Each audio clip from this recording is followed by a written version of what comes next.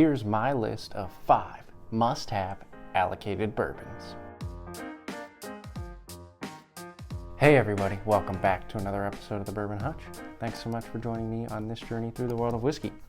So, there is a lot of allocated whiskey and bourbon out there. You could spend days, weeks, months, even years of your life trying to hunt down certain bottles.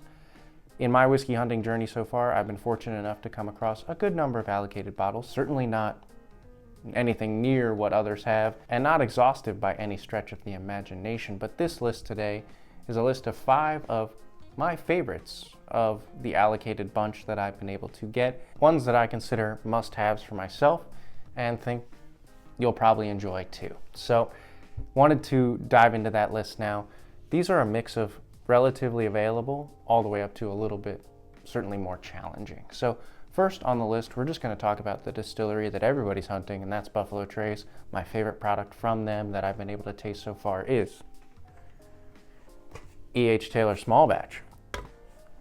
Cool, comes in the like cylinder, and just a nice bottle overall, full of rich fruits and just really solid. If you can see it anywhere near MSRP, which is like $40, instant buy. Even if you see it for double that, I think it's worth it to add it to your collection.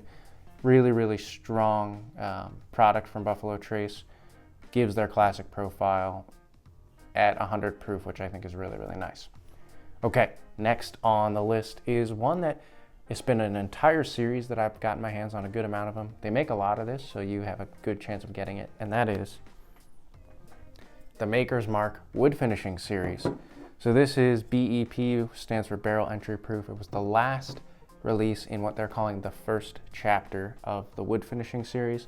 Next chapter starts with the Heart release this year in 2024, which I'll certainly be looking for.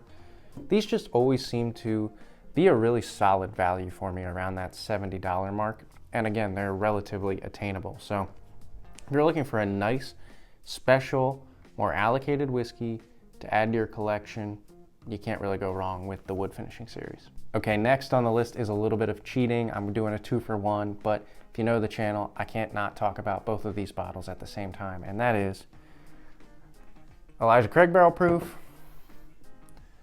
Larceny Barrel Proof. So again, these come out 3 times a year. It's more of a series that you can always get new batches of. I think they're both really good values, especially considering you can get them usually for somewhere around MSRP.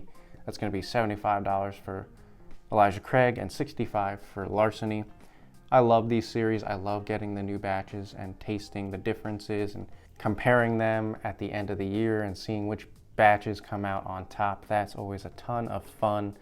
What I would say is everything on this list so far, like, I hope that this makes it a sort of perennial good list for you to return to as a reminder. Some of the more solid releases always coming out that you can get your hands on and are really good. Okay, next on the list, again, more in that slightly available category. This one in particular, though, is harder to find, but man, is it phenomenal stuff. And that is Bardstown Discovery Series. I've got particularly here the number 11, which is all very well aged Kentucky bourbon, and man oh man is it good. But I've also got the Discovery Series number 8, which I really enjoy. Another series that continually comes out and just delivers. These are more expensive, around $150, $140 I think is the typical price point, but they're really good. Again, not technically allocated, though I do see them sparingly. I haven't seen some batches hit shelves, and then I've seen other releases kind of flood the market, so it's a bit of a crapshoot. But if you see them and you hear good things about a particular batch especially, I would add it to your list to hunt down and add to your collection for sure. All right, last but not least on the list is the most expensive bottle and also the hardest to hunt down, and that is Michter's 10-year-old rye. So this is technically a rye, breaking the rules again on this list, but I would say the same thing of sort of the Michter's upper echelon products like the 10-year bourbon and their barrel strength stuff. That's where Michter's really starts to step up their game. Their typical lineup, which is usually around that $40 to $45 mark for their standard bottles, I think it's solid, but it's nothing spectacular. That all changes with the Michter's 10-year rye. This is maybe the best rye I've ever tasted. Now the MSRP I think has jumped up to around $200 on these, and they are very, very difficult to find. But in terms of a kind of big kahuna to keep your eye out for and to keep on your list of ones that you really want to hunt down, and you might have some sort of realistic chance, it's not like it's BTAC, but you could probably get it at least once or twice in your life. I think Michter's 10 rye is a phenomenal one to have on your list and to add to any collection. All right, everybody, that's going to do it. These are my technically 6, but we'll call it a list of 5 must-have allocated bourbons. I thoroughly enjoy all of these and would highly recommend you, if you're into the whiskey hunting game, considering making these a priority to hunt down. Let me know in the comments below what you think of the list. What would go on your own personal 5? What would be your 5 must-haves from your collection right now? While you're at it, would love to have you aboard as a subscriber for the rest of 2024 and beyond.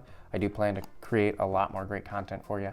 Also, just hit the like button on this video, helps get it out to more people.